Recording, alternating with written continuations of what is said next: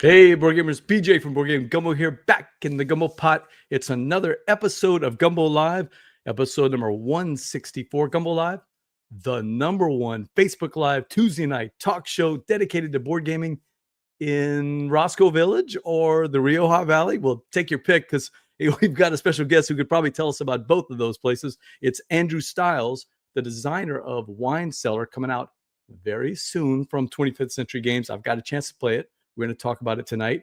And he's also the co-host of Tabletop Submarine, where they dive a little bit deeper into why we love board games. Hit us up on social media tonight, on Twitter or on Facebook or any of the socials at Board Game Gumbo. We'll be looking for your questions in the chat crew. Quick show note, go to southerngamefest.com. That's right. Southern Board Game Fest, SOBO, is back. It's coming the last weekend in March. Come to beautiful Lafayette. Come right there in the swamp. We'll be playing board games all weekend. We're going to have some guests. We're going to have some playthroughs. We're going to have some contests. We maybe even have a little tournament there at one of the nights. So I'm expecting the Newmans to see us because, there's Patrick Newman checking in. Patrick and Cindy have already confirmed they're going to be there. So if you want to visit with the Newmans and play some games, make sure you come by. But enough blather. Let's get right to our special guest. Let's bring in Andrew Stiles. Andrew, welcome to the show.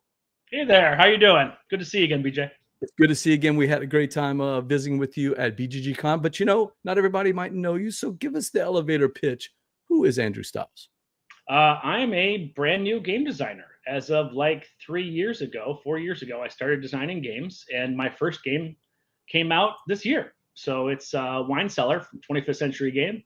I'm also a former sommelier. So based on my wine geekdom, they tell authors write what you know. So I figured probably should make a game about what I know. Design what you know, right? I made this little card game about how wine ages, because that's one of the things that most people have a hard time really grasping, even in the industry, is like how each individual wine ages. And so I made a game that's relatively true to how wine ages, and then made it into a game. So that's and you also do podcasting, but not just about board gaming. You did other podcasting, is that right?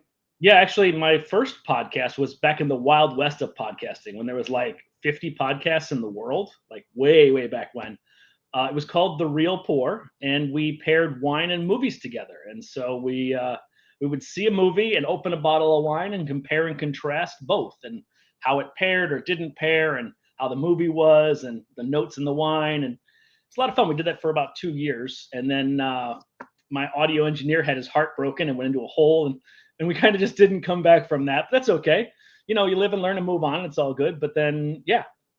I'm curious about this. So pairing up wine and movies, I love both of those. What was the best experience you remember between a wine and a movie where you just felt like you really hit it?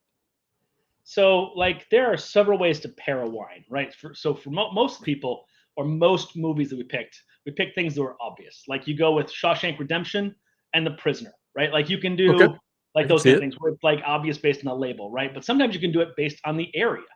So you could have like Escape from New York and do like Finger Lakes, New York Rieslings or something like that. You could do things like that. Or, like the Italian Job could be, something from Italy or something like that you could do. Then the other thing you could do is make it based on how bold or how soft it is, right? So like if you have something that's gentle and easy, you have something maybe that's a little less crazy, a little more soft, a little more subtle, something like that. Maybe you do a creamy vignette with a romantic comedy or something like that. Or maybe you do, something like Heat is more like a cab, right? You can do something that's more robust with a more robust movie. So you can pair it 3 different ways. Let me give you one. I love Spanish wine, and my 2 favorites are Tempranillas from Rioja or Ribera. Sure. Yeah. And I also started getting into, I don't know if I'm pronouncing it right, but Jumilla is the way that they pronounce it in Madrid. Jumilo, I think is how they say it here in America. But if I was giving you one of those, some kind of Spanish wine, I know I'm putting you on the spot, but is there a movie you would recommend with the Tempranilla from Rioja or from Ribera? Really interesting. So there is a movie about the El Camino where you are hiking along the path with Martin Sheen. I think might be a really good pick with a Tempranillo. Oh my God, I got to bring Stephen Verla and Steve and Verla. That's an actual perfect pairing. I love that. It's a movie I've been wanting to see. And so we've got you'd paired up.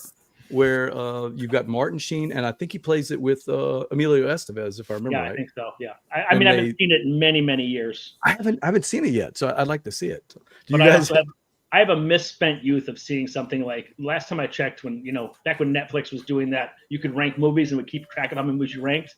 I had over 4,000 movies that I'd seen and ranked at some point. Oh my goodness! And then they disabled that. And my co-host at the time, his name was Steve Mendeville. He's a sommelier as well. He had seen more than I had. So between the two of us, we had seen some like 8,000 movies. That's amazing. What about this one? Patrick says Valpolicella with The Godfather. I don't know that. I don't know that wine. Mm-hmm. What is that? Valpolicella.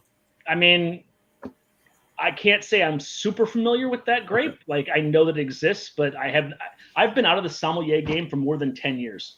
And it's one of those things where like, well, because I was working in restaurants at the time, and the only way to make money in restaurants is to sell wine. Like really and truly, like sell the good stuff, not just you want a bottle or a glass. You want to have, an experience with wine. And if you sell one bottle, you can generally sell a second bottle. That's kind of how that works, right? So either it's on a date and you're selling one, or it's a 4-top and you're selling 2, maybe 3, depending on how long the night's going, how much of a good time they're having, stuff like that. And if you know how to pair stuff, you can do one with the appetizer, you can do one with the entree, and if you're really good, you can do one with dessert. Okay, I got a question. That's the way to make it. This is reminding me of the City Slickers scene where they're doing the ice cream pairings over the rum raisin. Right. I got a question. So me and Steve and Verla, and we're gonna be, let's say we're going to ChuckCon 5, and we want to do a big supper with everybody there.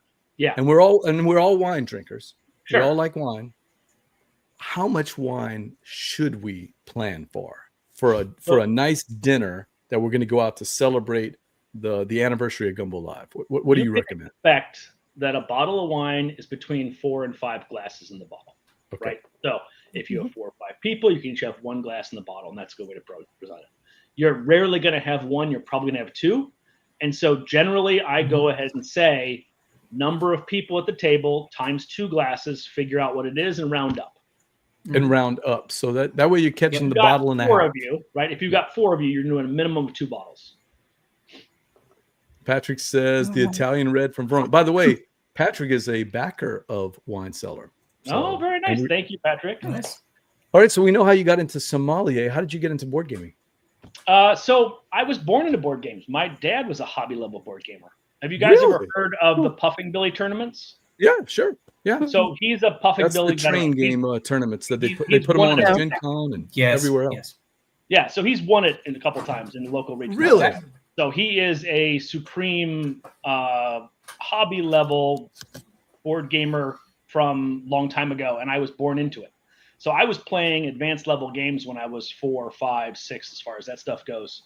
And if you listen to my show on the Tabletop Submarine, we tell stories about board games. And one of the stories I tell is that I got into a tournament at a local convention at 6 or 7 years old, and I was playing Circus Maximus against 40, 50-year-old people. I heard this story. Yeah. And I was, kicking a little butt as a 7-year-old and surprising the hell out of everybody and having a great time murdering people around the track. It was a lot of fun, just knock people out. It's one of my favorite memories of all time. I got a $30 gift card and I went and spent it in the little hall with one of the exhibitors, and I got a game to bring home, and I will never forget that day. One of my most proud memories as a board gamer. And I have a copy of Circus Maximus in my cupboard right now that I could bring out and play if we wanted to. But yeah, that's the kind of thing. Early I love that story. And there's my friend Evan. Thank you so much. You were a great guest before me. I'm gonna try to live up to your standard. Oh, that's nice. Yeah, Evan said he'd check in. Oh, we might see him later on too. Might be still at work for all we know. The Do guy's checking in there. Steve says that's his jam. The games you're talking about. So Dave says, what's your favorite box wine if you have one? Because that's his jam. See, that's the thing about box wine. All right, so Dave likes to do this. Okay, the Andrew, quality you got to get ready in box wine is increasing, right? It is. Mm-hmm. But I'm a big believer in if you're going to drink like you mean it, and I believe that box wine is meant for cooking. That's how I feel it. I'm not trying to be a snob about it, but if you enjoy something, drink it, whatever it is. I don't care what it is. If it's cheap, if it's expensive, drink what you like. But for me, I have a standard that I have to keep above. Where are you on the cork versus the screw thing? You notice? I mean, screw tops are back. I Screw know. tops are back big. So here is the thing about screw tops. It is a modern implementation of a thing that is culturally old. So it's hard and slow to come around, but it actually seals the wine better. But just like the ritual in doing a lot of other things, people like the ritual of pulling a cork and using a corkscrew. And the whole thing about using a tool to open your bottle and the elegance of it and the presentation of it and stuff like that. So you're taking away the ritual and you're providing a better seal. So it's a plus minus. Who used to make his living presenting wine, I like to open a bottle. I like the sound. I like the pop and the glug glug glug glug glug and the whole thing like that. And if you're doing it's more harsh sound. So if the wine goes off, but if the wine goes off, you call it corked. No one's ever called a wine capped. That is very true because you're never going to have that spoilage. Because screw tops don't. It still does, but it's like 0.5% versus 2%. I think it is, or something like that. Like it's a better technology, but because they had to implement it at lower end wines to begin with, there's still people who would take that chance because they want to pay for the cork. Right. It has an association with being cheap. So it's taking time for it to slowly grow up and grow up and grow up. And as cork prices get higher and higher, it's going to price the lower wines out of it. They're going to be forced into this technology, but it's still going to have that stigma associated with cheap. Do you think we have now hipster folks that are now saying, but at the same time, the cap is the better way to do it? So they're kind of trying to be out in the vanguard of trying to say that the Stelvan is the best. Because it's harder, right? Because it's harder. Yeah, but I also believe that nobody buys the bottle based on the cork. They buy the bottle based on what they know it tastes like or what the label looks like or what the wine type is. They don't bet the cork is secondary to that choice, and nobody picks it. They don't go to the screw top section and look for wine. Right. That's Andrew, what's that? Go ahead. Andrew, do you live around anywhere where wineries are and wine grows? Wine grows. Wine country you know what America. I mean? The wine country of America. I live in Chicago, and I adore and love Chicago. But if I didn't love Chicago, I would absolutely be in wine country somewhere. No question. Okay, gotcha. I'm totally distracted by the rate your wine comments that we're getting over here. So, Andrew, give us the rate your wine thing. Patrick says for his first play, it would be an Auslese from the Mosel Valley. What do you think of that one? That's a nice pick. Yeah, absolutely. All right. Do we have anybody else brave enough to let Andrew rate their wine pairing choices here? If you are with Wine Cellar, the game. Noir. Huh? What's Yeah, that? it's going to be a nice Pinot Noir from the Willamette Valley where I live here in Oregon. Yes, and it is Willamette. Damn it. Yes, absolutely. Willamette, Nailed that. So yeah, I'm a huge Pinot Noir guy. Yeah, my two favorites are Pinot Noir for red and Gewürztraminer for white. Those are my two favorites. But that said, I will happily drink whatever you're pouring. That's fine. I will, and I know I know Andrew probably knows this one, but in the movie Sideways, they got it. They did this on purpose, and they got it wrong. In the book, if you ever read the book, which is much better, the movie's great, but the book is much better. It's Pinot in the book. He says, "I'm not going to drink Pinot," and there was a reason why he said that, because Pinot is a delicate grape, and it's tough to make, and people botch it all the time. So there was an explanation for the joke in the movie that you don't get from the movie itself. Do you know why they swapped it? Because I do. No, I don't know. Why did they switch it to Merlot? Because they did all the lines for all the different types of wine, and Merlot was the funniest sounding one, so they kept it. Yeah. Which is so funny that they did that, because at the time, nobody who was acting in the movie could tell the difference between a Merlot and a Zinfandel and a Pinot Noir. They were literally just saying the lines. And it's just because he delivered that one better than the other ones that they kept that in the script. And it took $1 million hit to the industry of Merlot. Did it really? It did, absolutely. So Merlots, after that movie came out, dipped in prices, I think 20 to 30% across the board, because nobody was buying them. And so now, actually, one of the best values in wines is not anymore, probably because it's caught up, but after that time in the movie, you could get better Merlots at half the price you could get for Pinot Noirs and Cabs. Because they changed Giamatti effect. Yeah, the Giamatti effect. That's right. Exactly. Yeah. It's a really funny sequence in the book. If you ever get a chance to read Alexander Payne's Sideways, it's a really good. If I remember right, he also wrote the book. if I remember right. But we do have one other one. Let's see. How about a good box wine with cheese and crackers from Hannah? Oh man, so you got Cheez-It, which is very salty, right? And you got that combo there. That's gonna bring out something. I do like maybe you could do like a crisp Chardonnay, or maybe like a more petrol-y kind of Gruner Veltliner, maybe kind of thing. If you want to do some box of crackers and you want to do a cheese pairing that way, go for it. I don't even know some of these wines here, and I'm not even going to try to pronounce Kelly's here. Do you know this wine? Gewürztraminer. Yes, it means the spicy grape, but it's not spicy. It's a little bit more floral, a little bit more herbaceous. But if you think about like what a Chardonnay is, and you take away some of that butter and add a little more floral, that will give you an idea of the kind of thing you're laying with. But one of the great things about Wine Cellar actually is on each card there are tasting notes, and I made sure that every card is a different wine type from all over the world. So you could literally just thumb through the cards and look for tasting notes you like, and then pick a wine and go, I'm going to try that, and then go to your local wine store and try to find a bottle of that type of wine and be able to taste it for yourself. Hey, we're here. We might as well talk about it. Tell us all about Wine Cellar, which is coming out this Q2-ish from 25th Century Games. It's being produced now, so we're hoping it'll be in stores to purchase. And obviously, the people who backed it are going to get it, obviously. And I think, actually, I just checked with Chad for 25th Century before we got on the show today. The late pledge window is still open for one more week. So really? Week, I think it's closing. But if you wanted to back it, you could jump over there and do the late pledge for it. Oh yes! That's my pretty baby right there. Yeah. All right. So tell us the inspiration. I just need that pretty baby on my shelf. That's so gorgeous. Exactly. Tell us the inspiration. What's the inspiration behind Wine Cellar from Andrew Stiles? I like what I was saying before. I wanted to show what wine does when it ages. That's one of the things that, is kind of an enigma to a lot of people. And so on each bottle, it has its own timeline for value and tasting, right? Like, so you want to drink it when it's at its peak flavor, and that would be where like the 8 is. So if you're drinking a cab, you almost want it to age as long as you possibly age it. Now, obviously, it's within region. You don't want to leave it like 80 years. It might turn at that point, depending on the quality of the wine. But, I mean, you want to do it so you want to drink your cabs, your Zinfandels, even maybe your Pinot Noirs later in the game. You want to drink your rosés early. You want to drink... Like a Beaujolais would be like a 1 or 2 or 3? I would say that'd be closer to like the 4 or 5 mark. Like halfway through is probably the best time for Beaujolais. But there's every one of those wine types has a variable ground depending on the quality of the winemaker, right? Like, so one of the things about aging wine is the tannins is what allows it to age longer.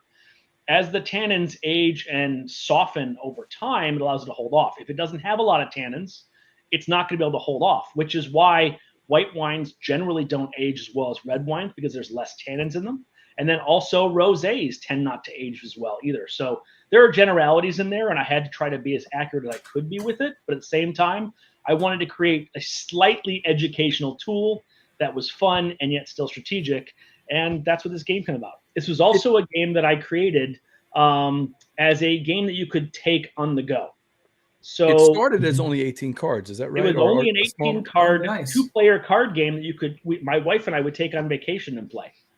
And so, we were, have a rainy day at the tropical paradise that you were at, and you want to pull out a card game and throw it down and have a little duel back and forth. And so that's what it came from.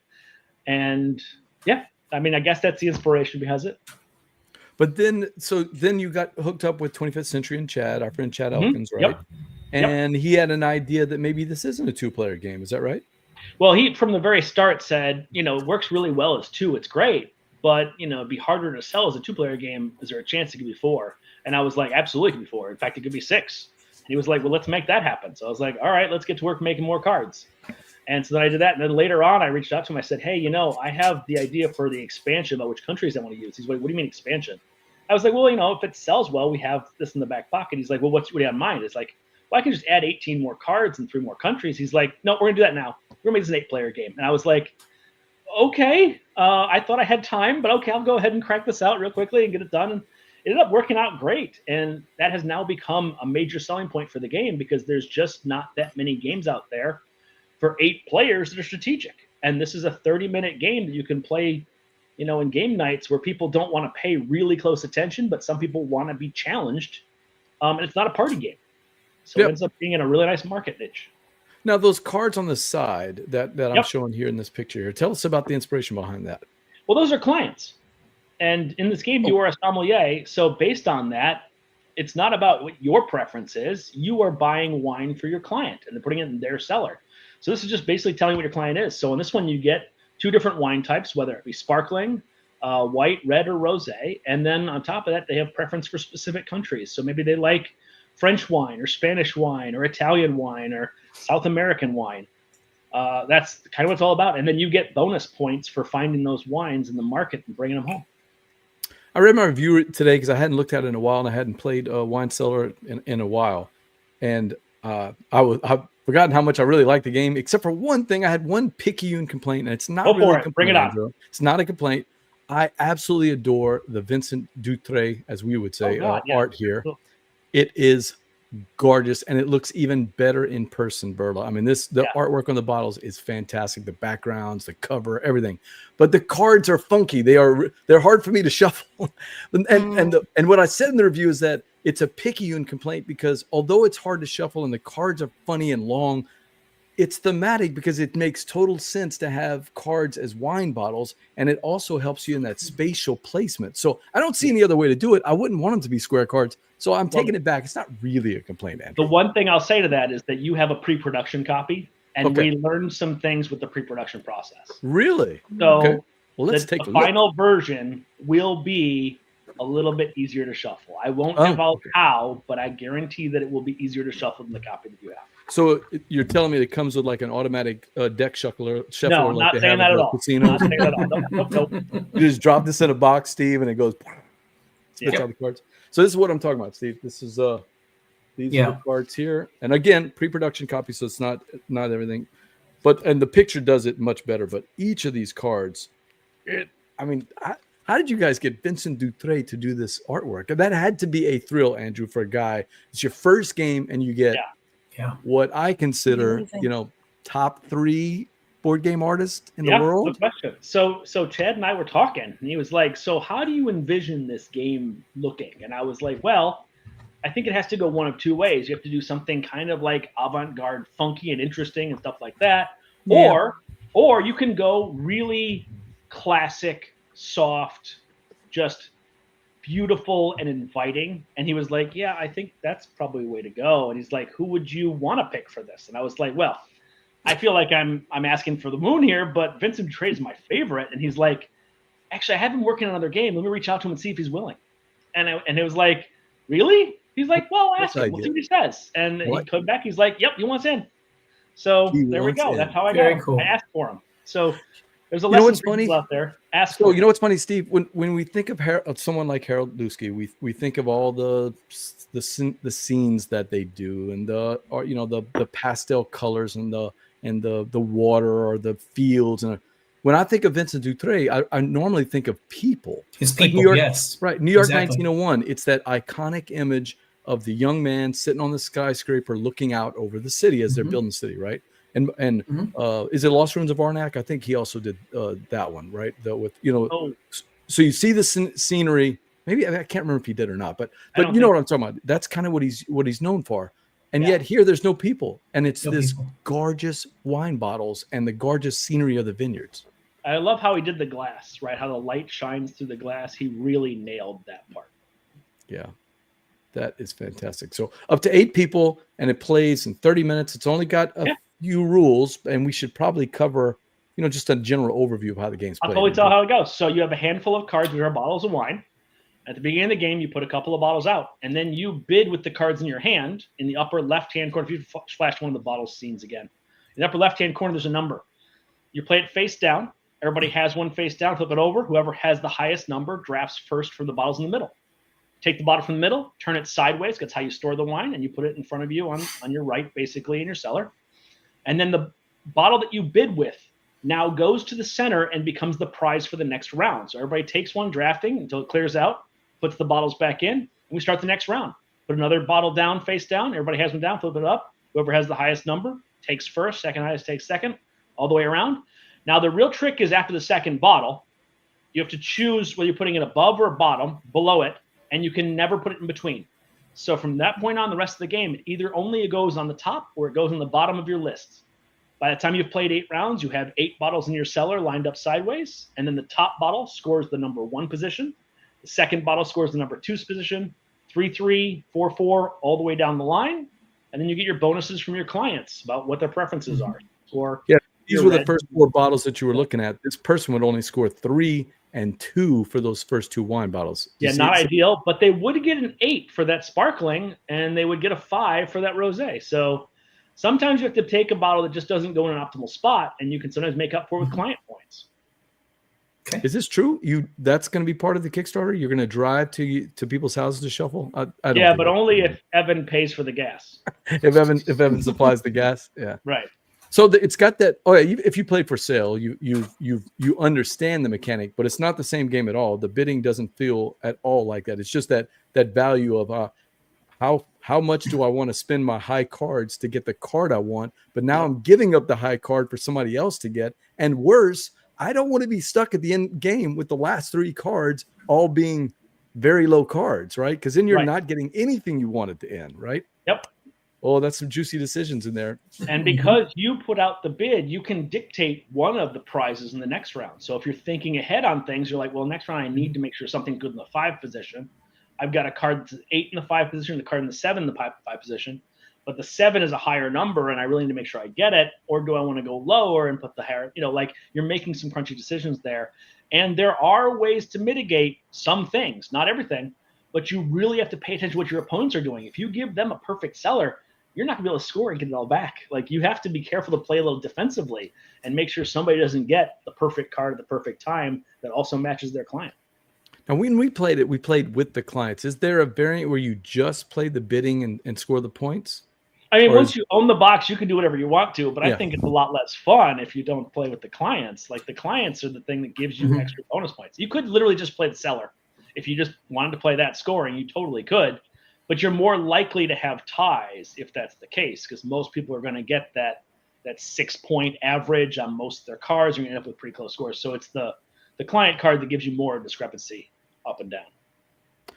Where'd you do the playtesting? How vibrant is the playtesting community over there where you are in Chicago? Or was it something you went around the country for? Oh, yeah, I went around. I went a lot of different places. And, I obviously playtested with a lot of my wine-loving friends too, obviously. So, some of that kind of stuff. But, I mean, huge shout-outs to Porterspiel Chicago, Porterspiel Madison, Porterspiel Milwaukee, Geek Weed of the West was one of the places I play tested at. I play tested at Origins, all different kinds of places. And you named a con, I probably went to it and play tested at for a while. Yeah.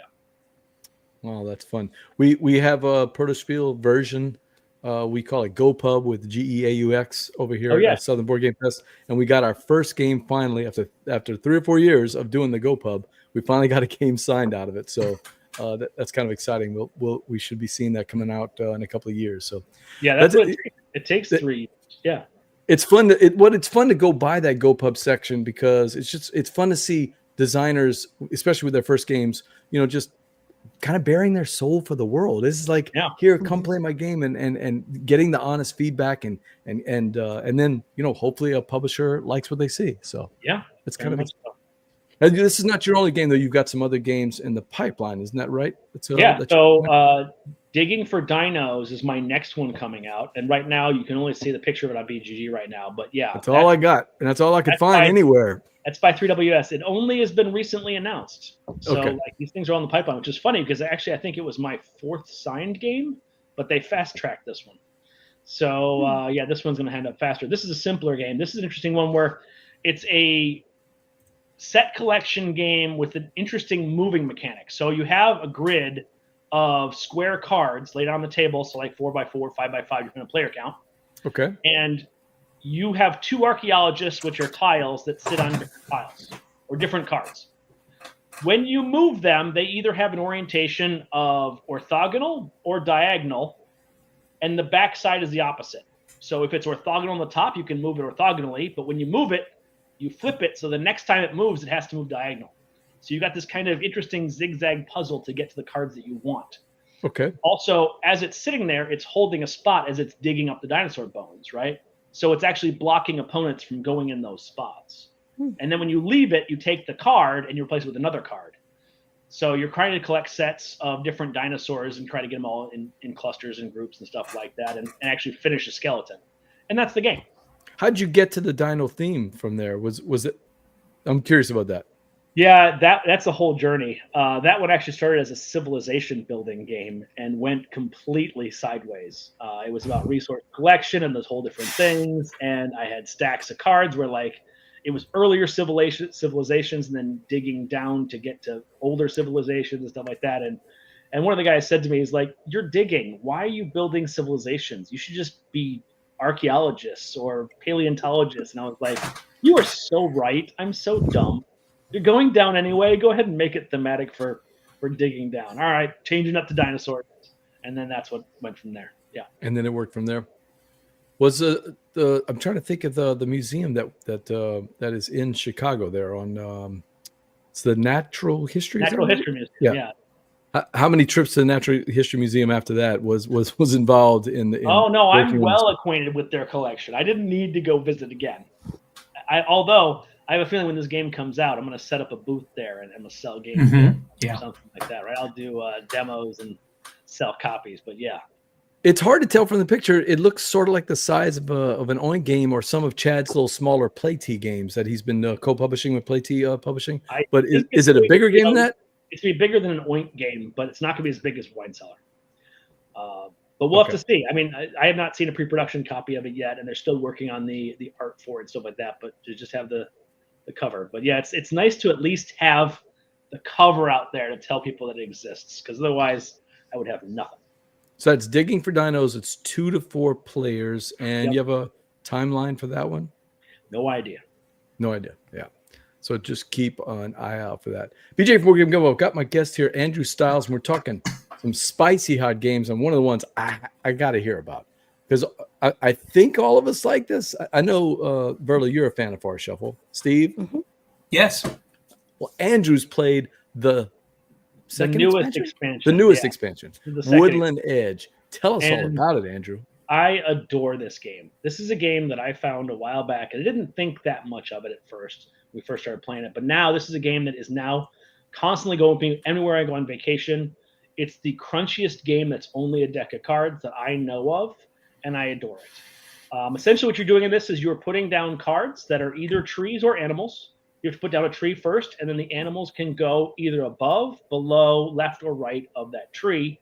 And it's all about the combos of things. So if you get, this bird, it gets points for different bugs. Or if you get that bird, it gets you 3 points for every bird that you've collected. And you get, that polecat right there, he gets 10 points if he's the only one on that tree. So he doesn't want to be near anybody else. And you get the squeaker there, it's worth 1 point. But there's another full-grown board that gets you 10 points if there's a squeaker involved, and it depends on with that. And so this is the expansion that just makes it bigger. It's just more cards and more things. And now they've added in the meadows. And so the meadows is going to focus more on the bats. It's going to focus more on the shrubs and the different plants and kind of smaller animals rather than the bigger animals. But it's a field. So, of course, there's buffalo, and that's kind of fun too. So this adds more animals, more different things to combo, more different kinds of tags to put on things. So now there's you got the mountains and the alpine, and now you got the meadows and the shrubs and stuff like that. It's just fun to have more things, which of course dilutes the pool, which is great because it makes things score less often. So it's harder to get the combos you want, which I think is better for the game, because the game already scores 200 points. I'd like to get that down to closer to 100 personally, because I don't like counting that many points. But of course, it's fun to get the combos to get points. But that's just. Have you seen the app that scores the points for you? Have you seen? We tried using that, but you have to get everything lined up just perfectly. And truthfully, I can just pull out my calculator. I can score it in 3 minutes. And taking the picture of the app and doing it that way actually takes me more time than just scoring with a calculator. So one of the complaints about the original game was that there was a couple of combos that if you didn't play against it, it was almost like the Loki strategy in Blood Rage. And if you didn't play against those strategies, that player could just run away with it. But I refuse to tell people what that was because I don't want to ruin for people who play. I'm not talking about it either. But yes, I feel like what they did with the Alpine expansion was create it so other strategies could work more favorably against it and have more of a counterbalance. And then this one adds in more of that counterbalance. In fact, one of the things that I thought was the weakest thing that was available in both the first two is now the strength in the third. And so based on that, there's some really interesting counterplay that goes to that. And once again, this goes to this thing I was talking to somebody the other day. Playtesting can only be done so much before it hits the wild. And you can playtest a game 300 times before the publisher touches it for 50 times. It's still under 500. The day you release that game, it's played 1,000 times. And I guarantee someone's going to break it or find something, some wrinkle that you would never have found. And so a lot of games, that first expansion is just to fix that wrinkle that didn't get caught in playtesting. So yeah, I don't blame designers for that. I kind of wondered why so many games are going to BGA before they even get released. And I was thinking, oh, it's a great marketing thing. And then I watched what they did with Carnegie, where they actually put it out and they followed the stats on BGA. Jamie has been doing the same thing with Stonemaier, following the Tapestry stats on BGA and using that as these long-term play tests before the game really gets out into the wild, although Tapestry was out in the wild already. But you know what I'm saying, that we're seeing more and more games. Do you guys think that is kind of what's going on with BGA, where companies are using this as we've got, instead of 300 play tests, we can do 300 an hour on BGA, you know? Very much so, especially as you can use it as a marketing tool too, right? Like there's games that are coming out on BGA that I'm like, I've never even heard of this game, so I'm going to check it out. And yes, you get to play it and you get to play it for free.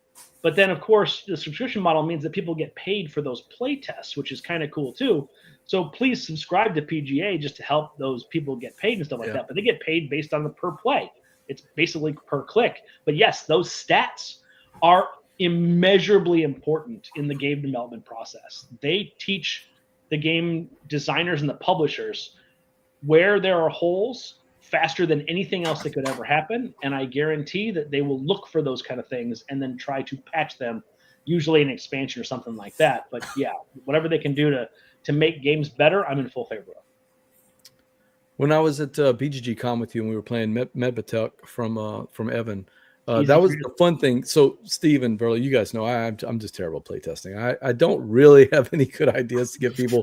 I'm more of a thematic person. So if you want to talk about that part, I'm happy to talk about that, or production or any of that. But when it comes to the playtest, like just sitting back and listening to they're literally, while we're playing the game, iterating about different, aspects that Evan could work on or change, or although he's got the game pretty slick, right? Oh yeah, he's got that. He's got a really good game right there. But yeah, I mean, everything is tweaks. Nothing is ever an overhaul with a game that's at that process, right? But it's just playing with the knobs. It's a tweak here and a tweak there. And sometimes it's just the scoring tweak. It's just, this should be worth one more point or one less point. And that creates the balance and the flow, because really what we are as game designers is we are people who direct behavior patterns in interesting ways. So if I don't want you to play the bat strategy, I take a couple points away from the bats. If I want you to play the rabbit strategy, I add a couple points in the rabbits, or add another card to it that has rabbits on it, so it's easier to find the rabbits, right? Different ways of just tweaking little knobs just a touch to make sure that things are the right balance and the right combo. So what Steve or Verlo, what he said about Woodland Edge, what do you guys think? Is this something that is this one of these must try, must buy? Forest Shuffle's good enough the way it is. What do you think? I need that artwork. I need more of that gorgeous artwork. Yeah. I do like Forest Shuffle. I don't know, because it's available to play electronically, that it's going to be something that comes out to my table that often, because there is an element of it that does have the layering of those cards that will sprawl across the table. Yeah, I know that at ChuckCon last year, Kevin and I played it, and we took up one table that would have been good for a 6-player game of something else, because we kept adding trees here, trees there. It really spreads. So I'm hopeful that if there's an expansion, it doesn't make the game bigger. It just adds variety. It adds more things, and then obviously you cut the deck down to the proper size. Right. So yeah, I think it makes the game a whole lot better. And truthfully, I can't find a game of this depth and weight in a small deck of cards. I really can't. It's just this becomes my optimal travel game, where yes, I need a table to play, but I could be a picnic table on a rainy day, or I can be on a cruise ship and take a dinner table. I can do whatever. Like I can be anywhere and not have to bring Arc Nova. Like it's not Arc Nova, and I'm not saying it's that level of depth, but when I'm craving a game that requires that same kind of mental load and that crunchiness, there are very few games in the world that have a level Might I of suggest depth and a Wine depth. Cellar?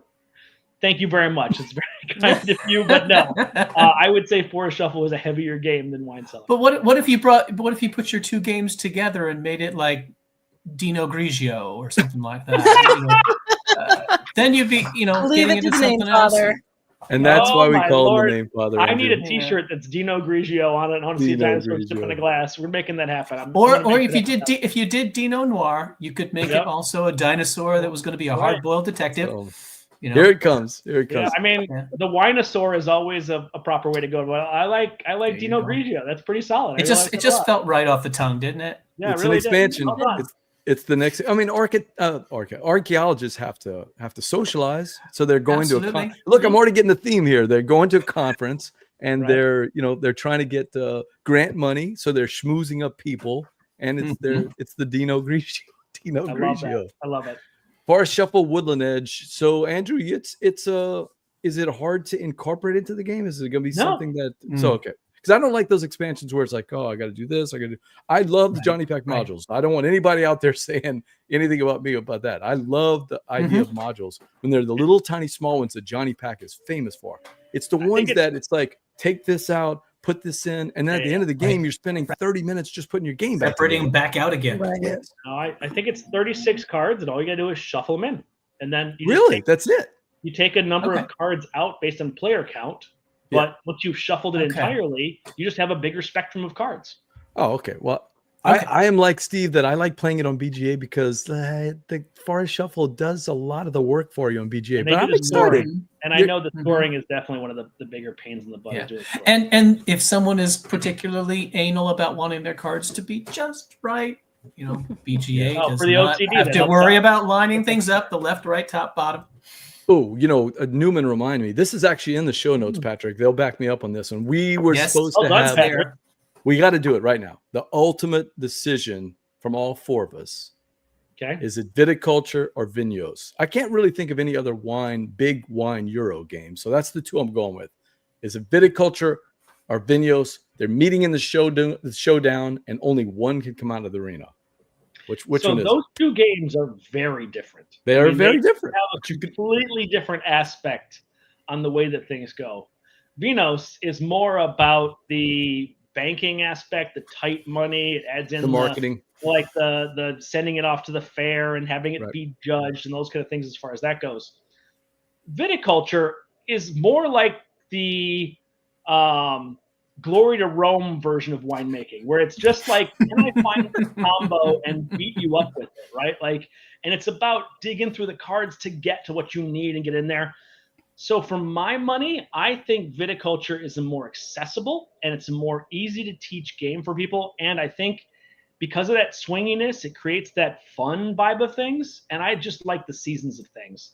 But that said, if you're looking for a more serious game and you want the crunch, Vinos is a better game for the crunch, but I'd rather spend the hour than the 2 hours. That's just me. All right. So he says Vinos. Steve, what you got? Oh, you don't want to ask me and Verla this question. Oh, no. I don't know the answer. I don't know the answer. Because first of all, I haven't played Vinos. Oh, okay. I have played Viticulture, and I am in the great minority of people who did not love Viticulture. Oh, so you'd I'm with probably Steve pick Wine with that Cellar. entire answer. I would probably pick Wine Cellar, or frankly, I would probably pick Distilled. I'm going in a different Distilled is direction. great too, yeah. I want my wines more peaty. Totally fair. I would pick Viticulture. It's long been in my top 10 favorite games. I just love the idea. I teach it as a triangle. I love that triangle in the middle of the board where you're kind of doing the make the grape, plant the grapes, harvest the grapes, smash the grapes, bottle the grapes, and sell the wine. I love that little production process. It's very thematic to me. Yes, it's random, but play with Visitors from the Rhine Valley. I think that's a better deck of cards than the original deck. I'm not as big a fan as of the more expansion, but I love the Visitors from the Rhine Valley. It makes you focus on producing wine. So I do like Vinos. I own a copy. It's right over there. I can see it from here. But I'd rather play Viticulture. That's just me. And I don't need the Tuscany because, as I always tell Mitchell, the Viticulture Essential Edition has the word essential in it for a reason. It's it. That's the one you need. But I'm just joking. I know a lot of people like Tuscany, so I would believe never do that. Tuscany is essential. I do believe that if you play that game and you play without Tuscany, you are playing a lower level game. Well, I will tell you this. I think Jamie agrees with you because when my Tuscany came out, it says Tuscany Essential Edition. So obviously he's playing to both sides of that. So Wayne agrees with me. Yes. All right. So we got one. Love the activity in the chat here. Lots of names popping in that we haven't seen in a while. This is great. And Patrick says, in fact, we played Distilled yesterday. Very nice. Oh, Pencil First is coming out with a Vineyard game. I don't know that one, so we'll have to keep an eye. Oh, yeah, Patrick's against me. That is Roberta Taylor, I think, is the designer on that. But not Edo. It's somebody else. Interesting. It's actually Vineyard is what it's called. It's coming out this year, and I'm excited to see what that one's going to be about. So am I. I love their games.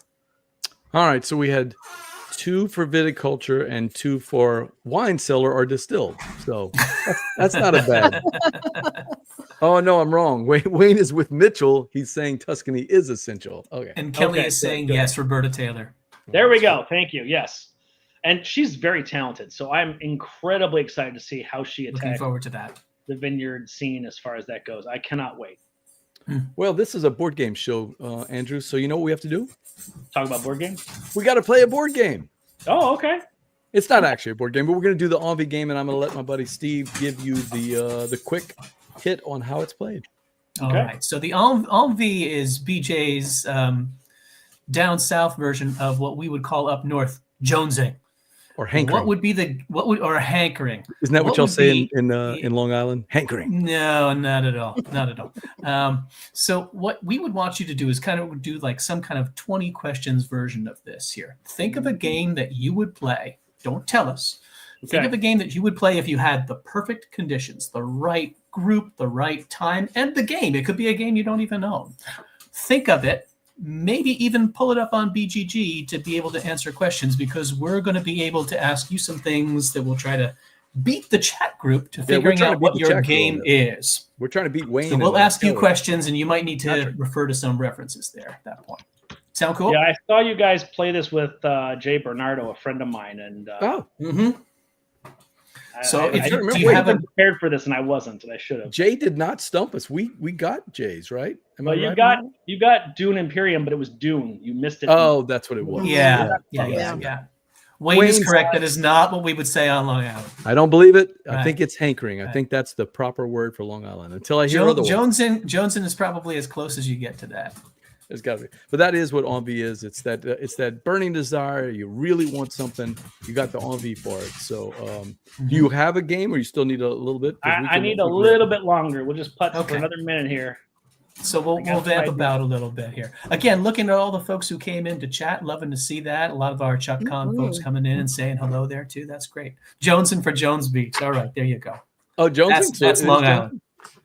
Well, it's funny, all this talk about Wine Cellar. I'm jonesing to play this. We had our little Monday Euro game night last night. I should have brought this last night for us to play, because that would have been a perfect one.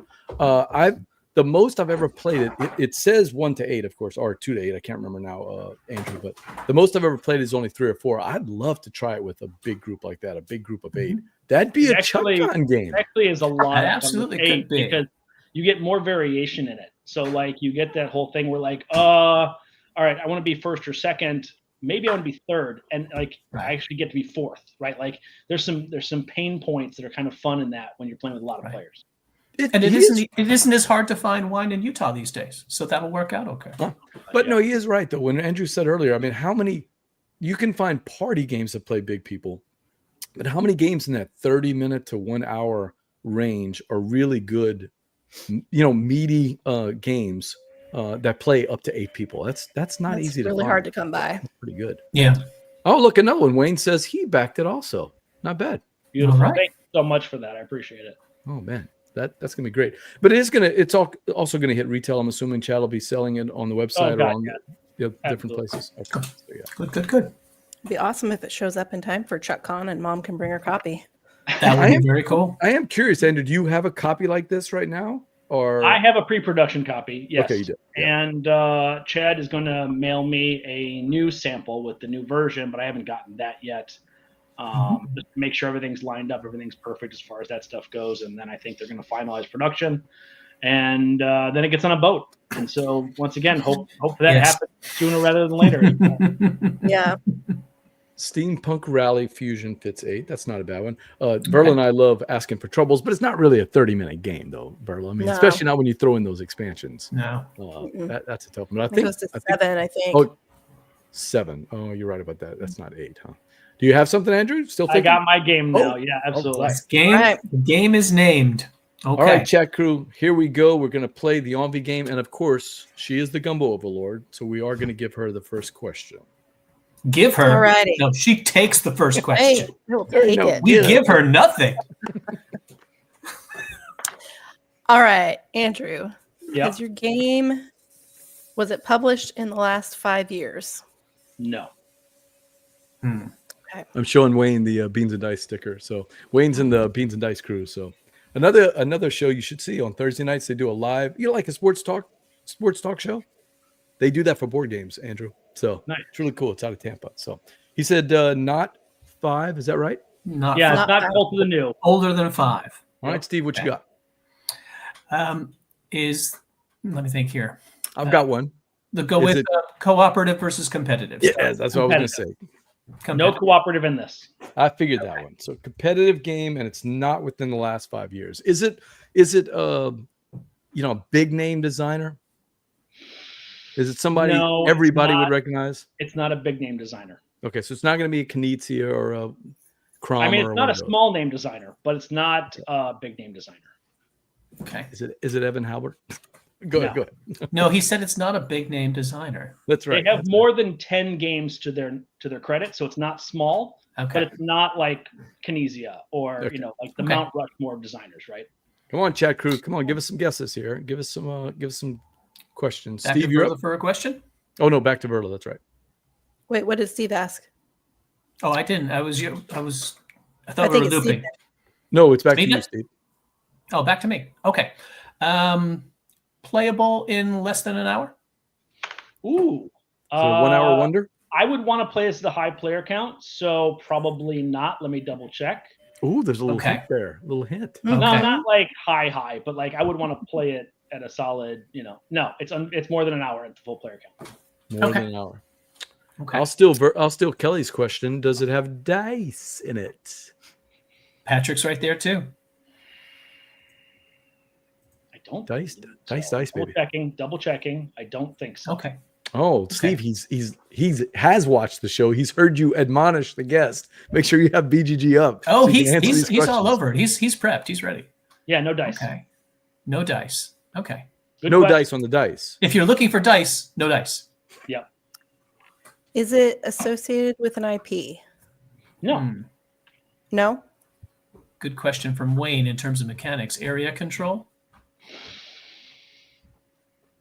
No. Followed by Kelly with worker placement? Yes. Ooh. Worker placement. Okay. And he would like to play it at the high player count. Does it have worker a placement is less fun with less players, right? Like worker placement is real fun. Oh, so there's some blocking involved, a little player interaction or indirect action. So is it fantasy based, fantasy theme? No. Good question. I was thinking theme is the way to narrow. Yeah, we got to try to narrow that down. What you got, Steve? You got a thematic? Not fantasy. All right, so chat crew, just to remind you, it's not within the last 5 years. It's not one of the designers on Mount Rushmore. It's going to take more than an hour at a good player count. It does not have dice. No dice. It does have worker placement. Yep. And it's not fantasy themed. Nope. Is it on BGA? Ooh. That's a new great question. That is a really good question. I have to double check that because it might be. I did not warn you to get on BGA, but Wayne says, I didn't even think about that. Can you classify it as trading in the Mediterranean? The old trading in the Mediterranean thing. No, it is not that. It's not going to be Concordia because that doesn't have any worker placement in it. So. Yes, it is on BGA. It is on BGA. Really? Okay. Steve, that's a great question. That is a really good question. That narrows it down to like 1,200 games. We're right there. Thanks, Asmodee. Yeah, right. It is. you know, if for somebody that played, I was listening to podcasts and they're like, oh, I played BGA, you know, back around 2017. I just never went back. I'm like, you didn't actually play BGA because it's completely changed since It's then. much better now. Yeah. Yes. There are so many games on there. Mhm. So Kelly wants to know Architects of the West Kingdom. It is not, even though that is a good game that didn't resonate with me. I was thinking of the different. Where are you on the Sherlock Holmes Garphill games line? I like them, but I don't like the jail mechanism on that one specifically. Oh, you don't like that one. You know, that's my nephew's favorite one out of all the games we played. It's He the loves most Architects. take that. That's my favorite. Yeah. Interesting. Wayne has a question. This could be a Sure. solution. Maybe. Oh, that's a great question. No, it does not have a gear. Oh, it's not Okay. Zolkin. I Oh, like Okay. games with gears. Yes, I do. Okay. Windmill Valley being my new favorite gear game. I really like that. Okay. So we have worker placement. You know, a gear Um, game that I like and everybody likes. In fact, I think everybody here likes is Fromage. Fromage. It was my biggest surprise of the year. I was like, I didn't even back it because this game doesn't look that great. And I played it. I'm enthralled with this game. I'm And absolutely enthralled with That's it. R2I Games here in Chicago. Is that really? Yep. Road to Infamy is from Chicago. I didn't even know Yep. that. Actually, I met them when I first started my board game design journey. I play tested their Mafia style card game, and I met them there. And then they went on to do Canvas, and they did this one and a couple of things. But yeah, I haven't talked to them since, which is a big failure on my part. But I did meet them. I'm telling you, I love Fromage. I think it's brilliant. I really do. I think it's brilliant. So great game. Great gear game. So another love Fromage. Okay, who's Kelly up? agrees Steve? hard. I think it's you, Steve. You got a question? Is it a space theme? Nope. So not fantasy, not space. I like that you give me the easy ones. I don't have to go like hunt things down and make Yeah. feel easy that way. Yeah, that. Oh man. Is it board based? Does it have like an Yes. actual board? Got a sizable board. Yeah. Okay, it does have a sizable board. Sizable board. Okay. Not a small one. Not like Lost Cities has that little foldable board that you can actually play with. It's not like that. It's an actual board. Wayne's giving you the Dinger treatment. He wants to know if it has anything to do with those games from Jason Dinger over here in Louisiana. If I don't know if you played Captains of the Gulf or any of his not. games. No? No. Or Crescent City Cargo? No. Nope, not yet. Got a new one coming out. The Acadians should be coming out next year in 2026. I always say not yet because I actually want to play all the games in the world, but it's just not possible. Yeah. All right. right. I have a question. Is it a beige Euro? Beige is a rage. Ooh, okay. So the board is very beige, but no, it is not a Hansa Teutonica level. That's Euro. yeah. Okay? Is it a Board T is game? beige. Is it a what? Is it one of the T games? No, it's not a T game, even though I'm a big fan of those. I do like I was going to go to Latham because I don't consider that one of the. That's It is less beige, than of 5 course. years though. Yeah. Oh, Yes. good I point. think Good all the point. are in the 5 range, but Good point. Close. Good point. Yeah. Okay. Do you think it has engine building and in addition to the worker placement? yeah, I think there is some engine building there. Yes. He wants to know if it's useful tacos. All Love right, it. Patrick. All right, Love Patrick. Somebody sent me a book on how to make tacos for Christmas. I love that. Whoever That's did that. Wayne is guessing Orleans. Orleans is a great choice, and I really like it quite a bit, but it's not the one I picked. Not the one. No. Okay. Is it older than 10 years old? It Is it more is than 10 years old? not yet. Wait, hold on. This is Right on the 2025, borderline there. So 2015. It is older than 10. It's older than 10. Wait, is it Istanbul? No. No. Okay. I'm not thinking.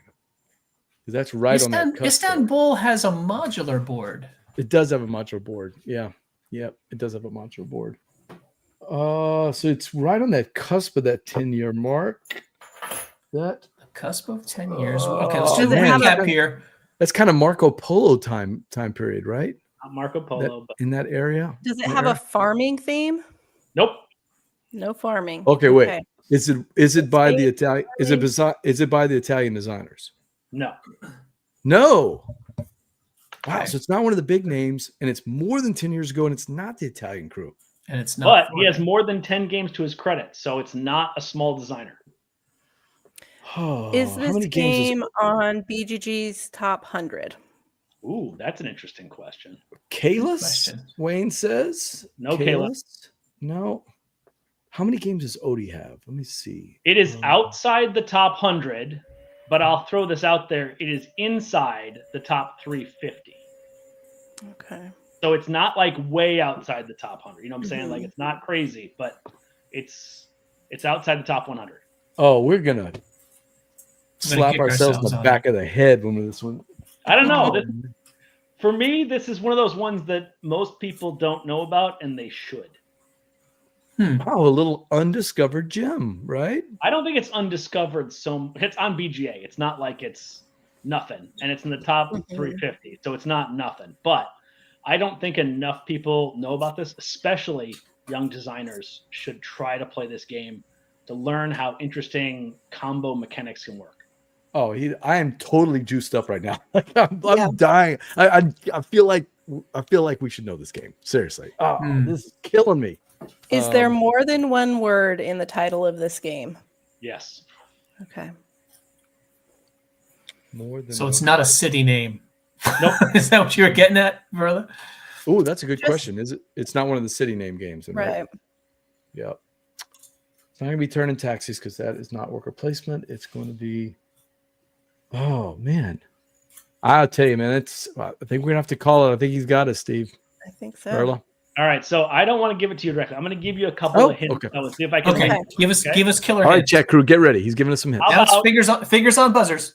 This has a historical theme, and it's historical in the United States. Okay. Lewis and Clark. There it is. Oh wow. Lewis and Clark, The Expedition. The Expedition. It's fantastic. Okay. Oh wow. What's your attraction to the Lewis and Clark game?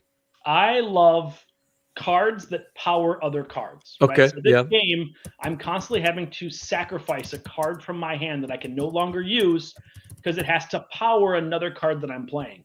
Yep. So if I have a hand of 6 cards, I'm only playing 3 turns. I have to figure out which 3 I'm sacrificing to play the 3 cards I'm going to play. I think that is such a beautifully crunchy decision that I adore.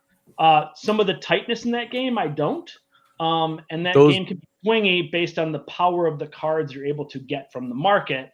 The Native Americans, stuff like that. Some of them are much more powerful than others.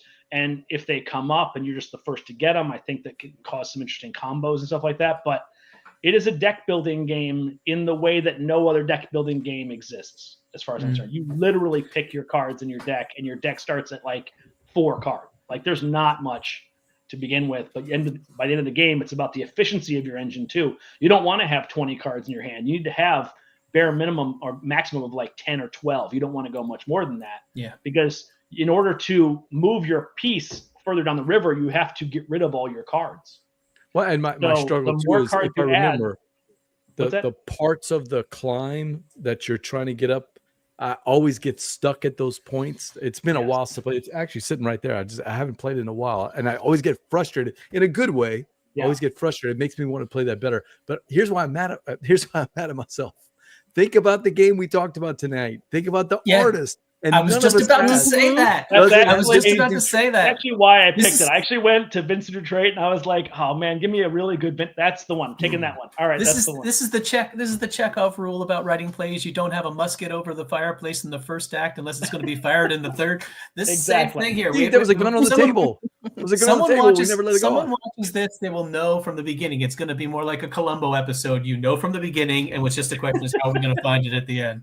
Well, just one more question, Andrew. Just one more question now about the artist. The artist. Who is the artist on this one? Oh, Mrs. Columbo loves Vincent Dutrait. Big fan. How did we not ask that one question? Yeah. I'll tell you, if we say Vincent Dutrait, we start to think about it. Although I'll give it to you, Andrew. I don't think of Lewis and Clark, off the top of my head, so I probably wouldn't have picked it up anyway. It is a game that I like, though. So now that you're saying it, I kind of want to get it back to the table. Yeah, it's ranked 295 overall and strategy game 224 with a 7.4 overall, but the weight is a 3.32. It has a decent level of complexity to it, and it is not a beginner level game. But that's one of those games that, like, if you can get past that frustration or you're okay with the frustration, that game is a glorious racing game. There Because was it's literally just the efficiency of your engine.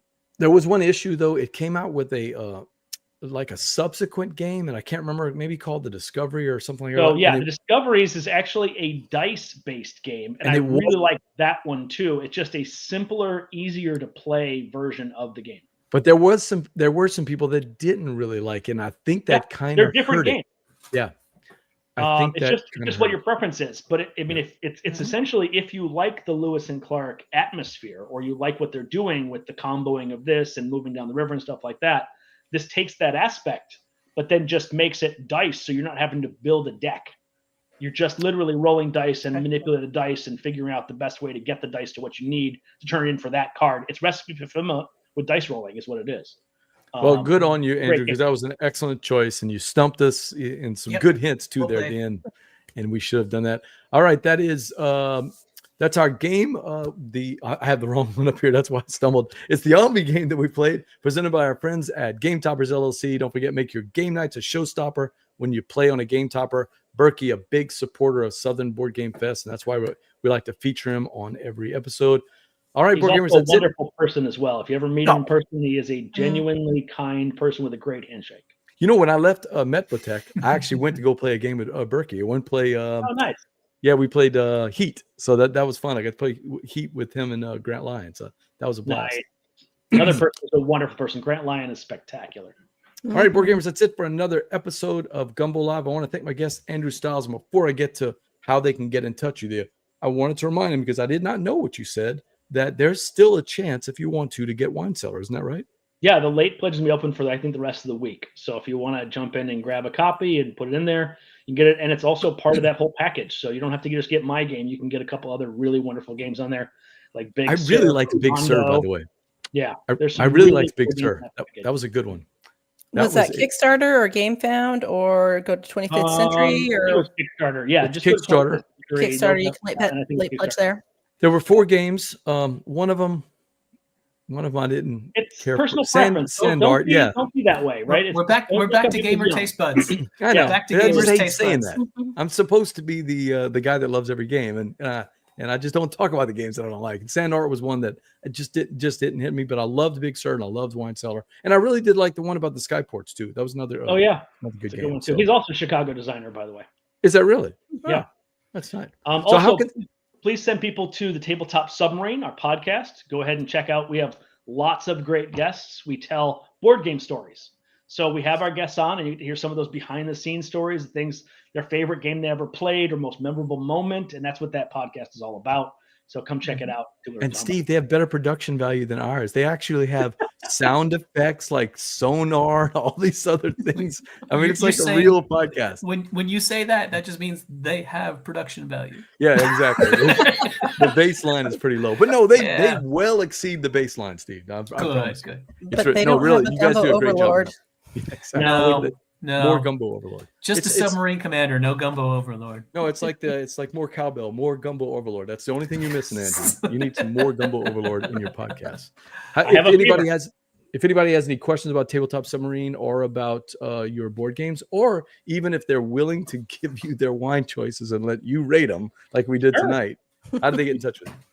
So I can be found on all social media stuff. You can find me on Facebook. Just look up my name. I'm under, I think, Instagram at Game Designer Styles. And then I'm on Blue Sky.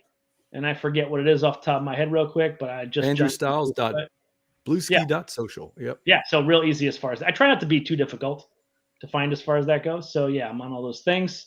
I don't love social media, but it's a pretty solid tool for connecting and reaching out to people and sharing stuff. So I'm part of it that way. And I found that board gamers in general are really just awesome people who like to have conversations. So I don't feel like I need to block many people, which is really nice. Somebody asked me why I like the Blue Sky thing that I have now. I was like, everybody on there is really nice. I like all the Blue Sky people that I have. But I still go. I avoid social media and I'm on it all the time. Yep. It's that conundrum. So make sure to like our Facebook page, facebook.com/BoardGameGumbo, and our YouTube channel. It helps us get the word out about all of our upcoming shows. Next week, we'll be back in the Gumbo Pot Twitch gaming with something called Slay the Spire. Oh, that's a new all right. Not necessarily my type of game, Steve, but we'll see how dude guys bringing it over. So we'll see You how that will love works. it. Kevin says good things. I You don't never know. know what you're gonna like until you try it. I like my city-based beige Euros, but we'll see. Slay the Spire. They're talking me into doing it. So, and that's because I made them play a lot of Euros the last couple of weeks. So we're going to get that done. But catch us on Twitch, twitch.tv/BoardGameGumbo, where we play your games live every other Tuesday night. I'm BJ from Board Game Gumbo, and for Andrew, and for Steve, and for Berla, Laissez le bon temps rouler. Good night, everybody. Good Good night, night. friends.